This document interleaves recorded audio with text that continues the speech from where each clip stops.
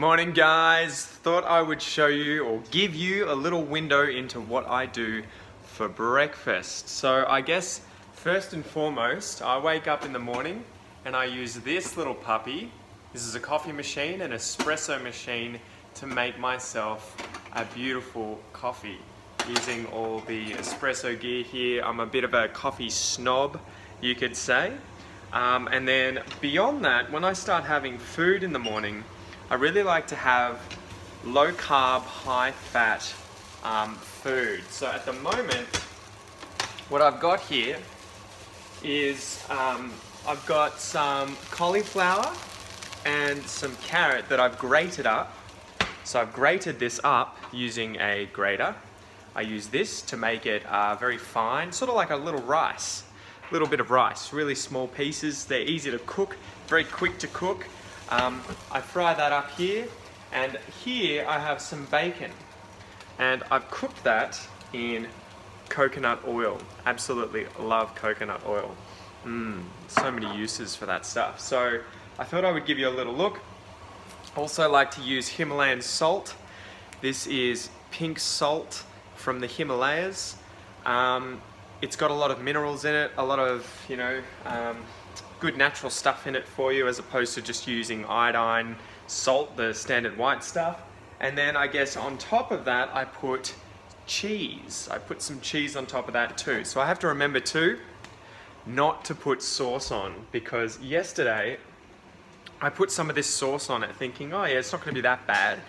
But in the mornings, I wanna have high fat, high protein, lots of veggies, but really low carbs. I don't want to have many carbs, so things like rice and bread, sugars, and sauces like this. When I turned it around and realized what I'd done, it's actually almost 60% sugar.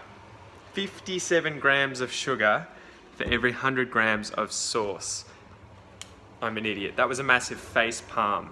So why do I do this? I guess I should tell you. The point of having high fat, high protein in the morning is that your glucose levels have dropped overnight, which is your sugars, the carbs that cause glucose to go up in your blood. Your brain obviously uses this for energy, but your brain can use fat for energy as well. These are called ketones, okay? And if you have fat and glucose at the same time, your body will choose to use glucose over the fat. Your insulin levels will rise as a result of the glucose in order for your body to be able to use that glucose. And insulin, when insulin is high, it causes your body to store any fat that you've consumed as fat on your body, okay? And so that is why having a high fat meal is really good as long as the carbs are low, so that the insulin doesn't go up and cause you to store that fat.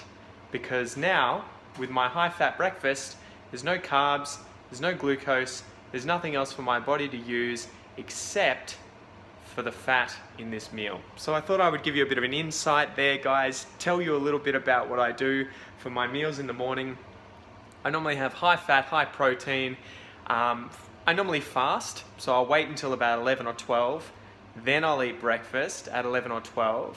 And then maybe at 4, I'll have some snacks. I might have some nuts, some berries. I might have a little bit of dark chocolate. And then after that, in the evening, is when I will have things like bread, okay? That's when I'll have high carb, low fat. So I switch it over, because then in the evening, my glucose will go up, my insulin will go up, and I don't want to have high fat because the fat will be stored on my body. So there you go, guys. A little bit about my diet and how my meals are organized during the day. And obviously, I have a lot of coffee during the day as well. Normally 2 or 3 of those.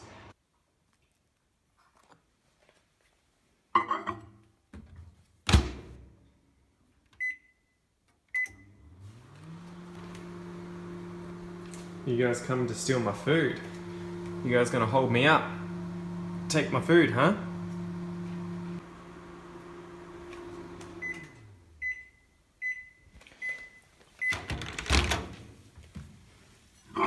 A little bit hot. That's what I'm talking about, guys. That is what I'm talking about. Who doesn't like cheese? I should probably show you guys the setup currently. And I'll tell you my little secret addiction right now. So, okay, I'm having my little lunch here, and you can see that, as is usual with me, everything is very well organized. I have put everything in its proper place. That's a total lie. I've just put everything on the table here, but this is where I'm set up. This is my workstation at the moment where I work. So I've got my lunch here, I've got a Pepsi Max, as usual, my computer here, and my little addiction at the moment, I don't know if you can see this, I'll see if I can show you, are these tiny houses videos where people get little tours of these tiny houses. So I'm really getting into that at the moment. And I think Kel's starting to get sick of it, but I have a real interest in these people who change their lives up. They sell what they have, they're really minimalistic, they don't have a lot of possessions, and they buy incredibly small houses. Usually, they'll actually make these houses themselves. So I'm really starting to get into this minimalism stuff and cherishing the few things that you have and making the most of a lot less. Okay, so I'd love to know what you guys think about that sort of movement in today's culture, right? It seems like a lot of people are starting to get over, they're starting to lose interest in having a lot of stuff, in having a lot of things. People are starting to push back against this and sell everything they have, or at least all of the excess stuff that they have, and start cherishing a lot fewer things, a lot fewer things. So yeah, I thought I would give you a little tour here. This is my daily office, right? I kind of chill out here. I have my food and my drink.